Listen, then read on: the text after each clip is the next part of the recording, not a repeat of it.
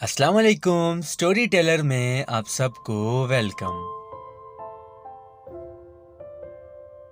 دنیا میں کئی تہذیبیں آئی اور گئیں۔ ان کے نقطہ عروج پر ان لوگوں کو لگتا ہوگا کہ ہمیں کبھی زوال نہیں آئے گا،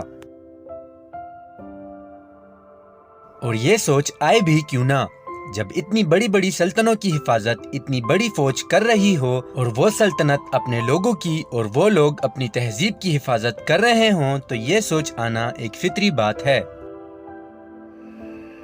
لیکن ہر عروج کو زوال ہے۔ سلطنت بنتی ہے، پروان چڑھتی ہے، عروج پاتی ہے، اور پھر زوال کے منازل طے کرنا شروع کر دیتی ہے۔ اس کا زوال بغاوت، خانہ جنگی، مس مینجمنٹ یا مخالفین کی فتح کسی بھی طریقے سے ہو سکتا ہے۔ جب سلطنت بکھرتی ہے تو لوگ محکوم ہو جاتے ہیں، اور تہذیب بھی دم توڑنے لگتی ہے۔ لیکن آج ہم کسی بڑی سلطنت یا تہذیب کے زوال پر بات نہیں کریں گے، بلکہ ایک ایسے شہر پر بات کریں گے جو صدیوں سے دنیا کی نظروں سے اوجھل رہا، جس کی تباہی کی وجہ کوئی جنگ، بھوک یا سیلاب نہیں، بلکہ ایک آتش فشاں تھا۔ آج ہم بات کریں گے اٹلی کے ایک شہر پومپی کے بارے میں۔ پومپی کے کھنڈرات اٹلی کے جنوب میں واقع ہیں اور اٹلی کے دارالحکومت روم سے 240 کلومیٹر کے فاصلے پر ہیں۔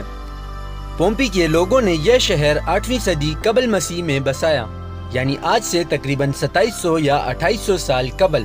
وقت گزرتا گیا اور پومپی پھلتا پھولتا رہا۔ اس دوران اس شہر نے رومیوں کو غالب آتے، رومن ریپبلک کا عروج و زوال، سیزر کی موت، رومیوں کا ریپبلک سے سلطنت تک کا سفر اور ایرانی سلطنتوں کا عروج و زوال سب کچھ دیکھا، اور سفر کرتا کرتا پہلی صدی عیسوی میں پہنچ گیا۔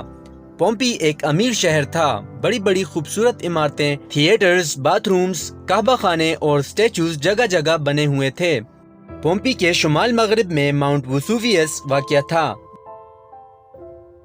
زلزلے آنا وہاں عام بات تھی، اس لیے لوگ زلزلوں کے عادی ہو چکے تھے، لیکن 62 عیسوی میں ایک زلزلہ بہت زیادہ شدت کے ساتھ آیا، جس سے پومپی اور ارد گرد کے شہروں کو کافی نقصان ہوا۔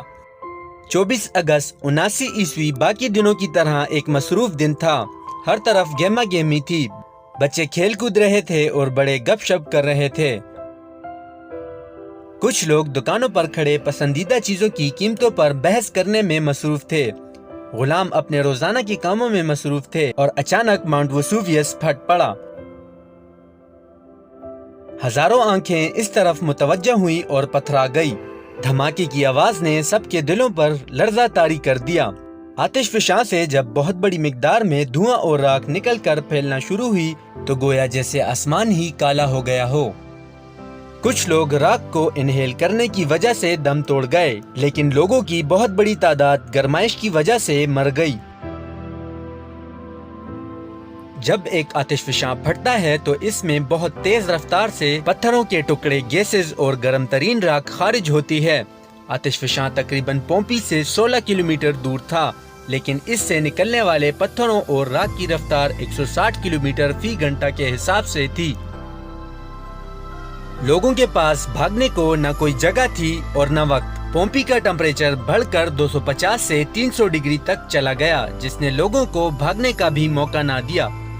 بہت سے لوگ چلتے چلتے، بیٹھے بیٹھے وہیں پتھر سے ہو گئے۔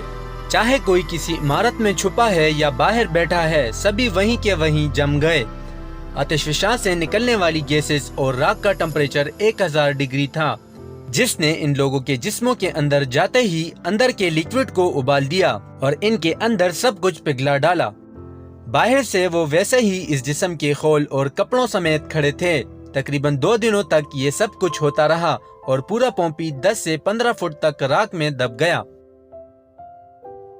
راکھ جو کہ لوگوں کے جسموں سے چپک گئی تھی، اس نے انہیں پتھروں کی سی شکل دے دی، جبکہ اندر سے ان کی باڈیز گل سڑ گئی تھی اور وہ پتھر نما اجسام ایک خول کی طرح رہ گئے تھے۔ اتنی بڑی تباہی کے بعد وہ علاقہ ویراں ہو گیا اور راکھ کے نیچے دبنے سے آہستہ آہستہ لوگوں کی نظروں سے اوجھل ہو گیا۔ اتنا اوجھل کہ وقت کی رفتار کے ساتھ لوگ یہ بھی بھول گئے کہ کبھی یہاں ایک شہر بھی تھا۔ اس تباہی کے بعد وقت نے ہزاروں کروٹیں لی۔ آخر 1748 میں ایک کسان اپنے کھیت میں ہل چلا رہا تھا۔ اس کو کچھ مجسمے ملے اور یوں رومن سلطنت کے اس عظیم تاریخی شہر کے آثار دریافت ہوئے۔ آج بھی نیپلز شہر کے عجائب گھر میں اس معدوم شہر کے برآمد شدہ چیزیں، جن میں پینٹنگز، مجسمے اور سکوں کے علاوہ حادثے والے دن کی جلی ہوئی کھانے پینے کی اشیاء رکھی ہوئی ہیں۔ ان آثار سے اس تاریخی شہر کے لوگوں کی بود و باش، لوگوں کے مزاج اور ان کے رہن سہن کا پتہ چلتا ہے۔ پومپی کی مکمل دریافت 20ویں صدی میں ہوئی۔ اس سے پہلے بھی 16ویں اور 18ویں صدی میں کچھ لوگوں کو اس کا پتہ چل چکا تھا۔ ایک تو اسے سیکرٹ رکھا گیا، دوسرا وہ دریافت صرف چند دیواروں اور عمارتوں تک ہی محدود تھی، جبکہ وہاں ایک پورا شہر بسا ہوا تھا۔ شہر کے دبنے سے یہ فائدہ ہوا کہ لوگوں کے ڈھانچے، ان کے استعمال شدہ اشیاء اور عمارتیں، جن میں کئی bath room, theatres, swimming pool, گھر اور کعبہ خانے، سب مکمل طور پر تباہ ہونے سے بچ گئے، جن سے ان لوگوں کی زندگی اور رہن سہن کو سمجھنے میں بہت مدد ملتی ہے، اور اب یہ شہر سیاحوں کی توجہ کا مرکز ہے۔ تو یہ تھی دوستوں اٹلی کے عظیم شہر پومپی کی تباہی کی داستان۔ مزید ایسی ویڈیوز دیکھنے کے لیے ہمارے چینل سٹوری ٹیلر کو لائک اور سبسکرائب کریں اور بیل کے آئیکن کو پریس کریں۔